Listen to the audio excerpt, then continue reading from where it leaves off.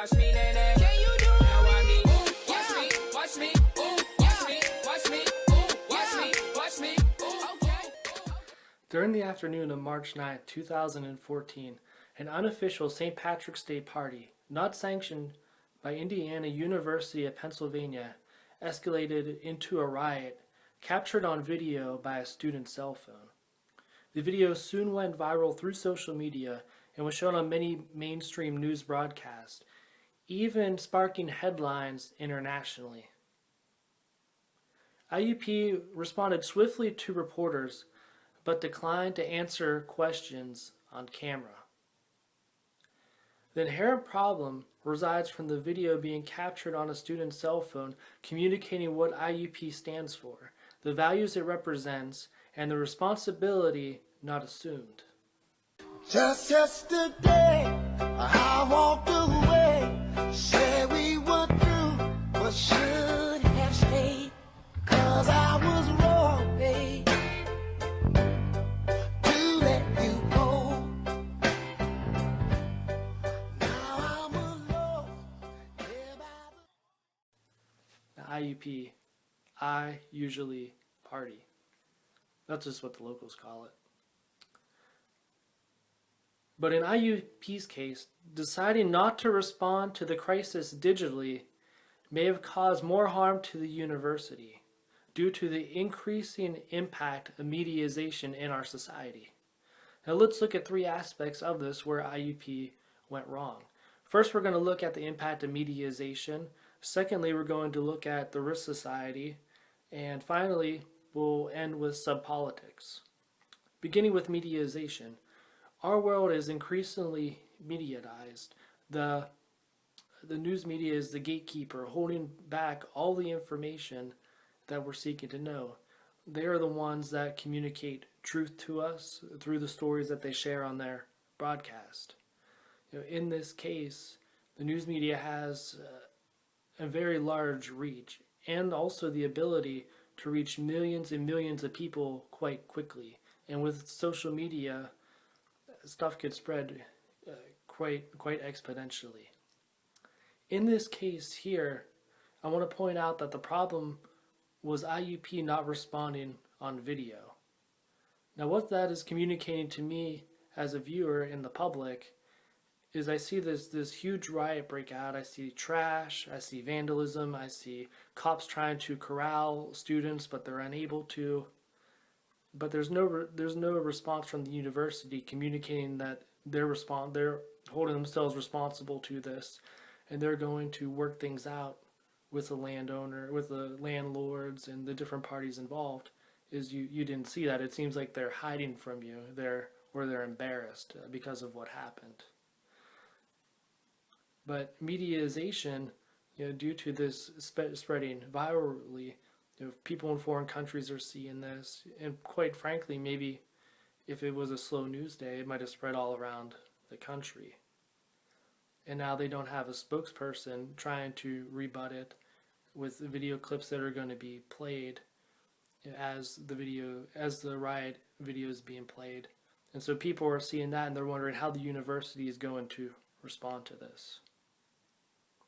And that brings up a risk society. Because due to the old way of doing things, of going through news reporters over the phone, IUP the spokesperson for IUP would not put themselves into a compromising position where they would be asked questions that they would not have answers to. Body language would play a key part in that if they were to appear on camera.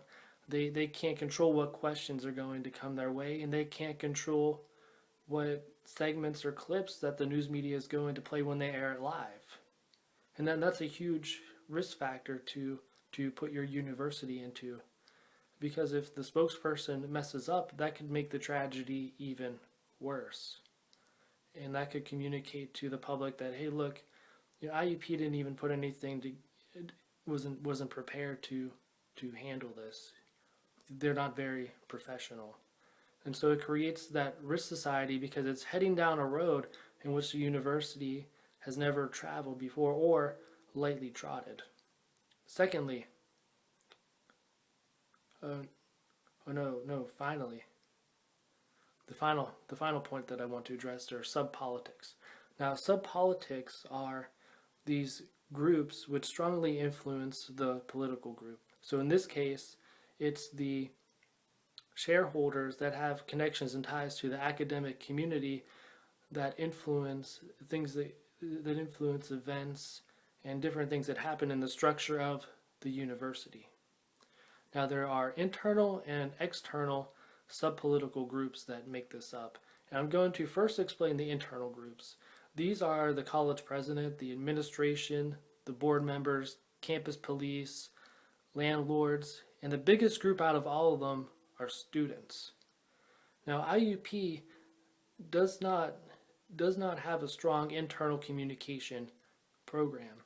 I believe that capitalizing through digital media, frankly showing videos of the college president giving an address to students and sending that through email or sending that through social media would have a positive effect. But this is what happened leading up to IUPATIs, is the university knew that students were going to plan this again, and what they did was they set up programs for alcohol awareness, and they had a big event that was going on Saturday to try to pull people away from partying at IUPATIs called Spring Fling. The results that came in for these programs showed that only 8% of students attended them, and of that 8% that attended these programs, 85 of them had a drink of alcohol before they left to attend.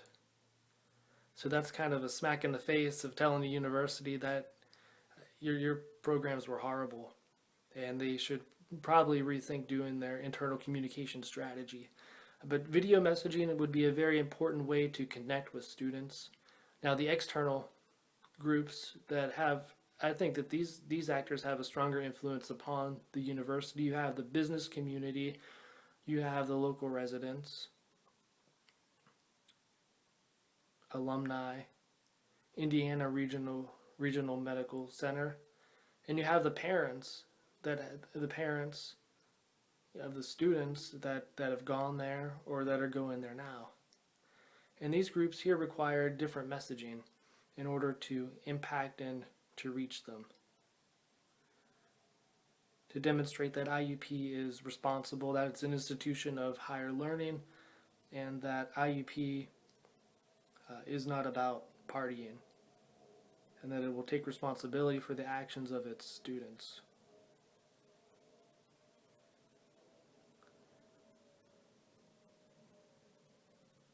Now, I predict that as that video was aired on the television news in one of IUP's largest recruiting areas around Pittsburgh, that it reached a very large majority of people.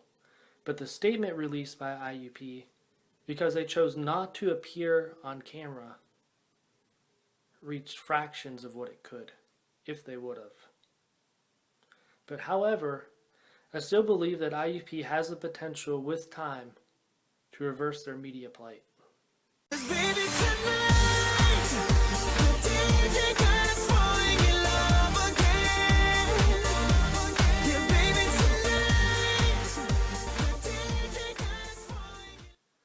Now, I just want to clarify for the record, I never attended an IUPATIs party, and I never attended an off-campus event. I just wanted to make that known for the record that I didn't attend either because they're both horrible.